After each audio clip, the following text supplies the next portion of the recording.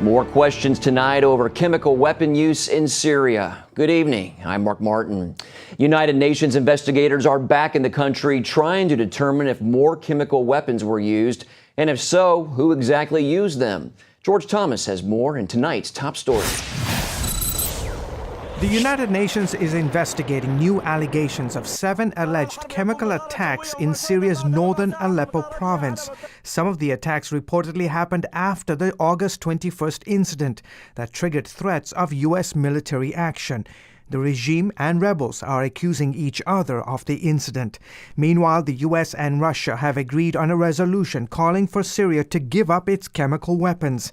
The White House is hailing the agreement as a major breakthrough in taking the most controversial weapon off the battlefield of the world's deadliest current conflict. 2 weeks ago, the Syrian regime had not even acknowledged the existence of its chemical weapons stockpiles.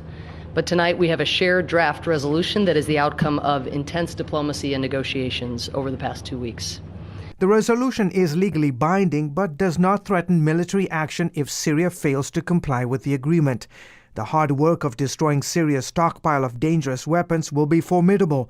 International monitors must inspect all suspected sites, destroy all equipment used to produce and mix chemical weapons, and have it all completed by the middle of next year. This is a chemical weapons program, I don't have to tell you, that has sat precariously in one of the most volatile countries and in one of the most horrific civil wars the world has seen in a very long time. And that civil war rages on. In Damascus this morning, shortly after Friday prayers, a massive car bomb north of the capital killed at least 30 people and injured dozens.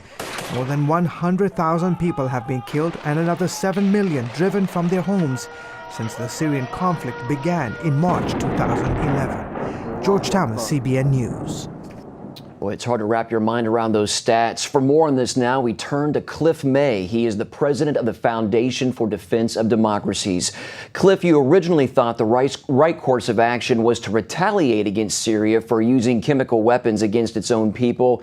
That didn't happen. What do you say about this latest resolution the U.S. and Russia have come up with?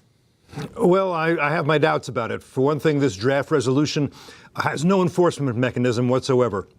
So if Assad decides to dissemble, to hide the chemical weapons, to not disclose where they are, and there's been some indication that he's already done that, including moving weapons out of the country to Lebanon and to Iraq, there's no enforcement. You'd have to go back to the UN and try to get Russia to agree on something. Second, the draft resolution doesn't place any blame for the attacks that have taken place already, in particular the one attack in which 1,400 people, many of them women and children, were gassed to death. No blame whatsoever for that. So on those two scores, I'm I'm dubious.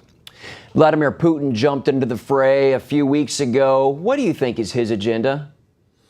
Well, among other things, Vladimir Putin is demonstrating to the world that he stands by his allies, including such folks as the Syrian dictator Bashar al-Assad, that he stands by them through thick and thin, that he can save them in certain cases, and I think he has in a way in this case. And he's trying to draw a contrast with the U.S., which I think he is implying tends to throw its allies under the bus. What outcome do you think the U.S. should be supporting for Syria? The fall of Assad? There are no good options at this point, and I don't think it had to be this way. 2 years ago, I think you had a lot of demonstrators who were peaceful, who were nationalistic, who were pro-Western. They were essentially left as orphans, and they've been marginalized. And into that vacuum, you've seen al-Qaeda-affiliated groups flow in. And now we really see one group, the Assad regime, which is closely affiliated with Iran, which is the most important national security threat to the U.S. and an existential threat to Israel. And on the other side, you have these al-Qaeda forces. So you really want both to lose. Now, when people say that, they're usually joking. But a serious strategist would say, how do we make that happen? How do we make sure that neither Iran nor al-Qaeda, the two most important jihadi groups in the world, neither one prevails in Syria on this battlefield or, frankly, Mark, anywhere else? Well, quickly, if Assad is removed from power, would things be better or worse, Cliff, for the Christian minority living in Syria? Things are bad for the Christian minority now. We should have been arming them a long time ago. A lot of the Christians did side with Assad, not because they liked Assad. I've never met any of the Syriacs, any of the Christians from Syria who in private would say we liked Assad, But when you're a small minority, you have to get along with whoever is holding power as best you can.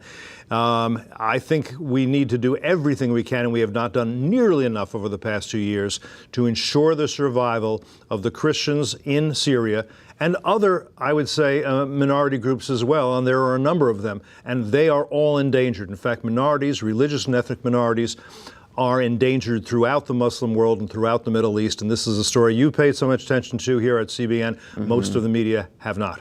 All right, Cliff May, thanks as always for your insight, sir. Thank you.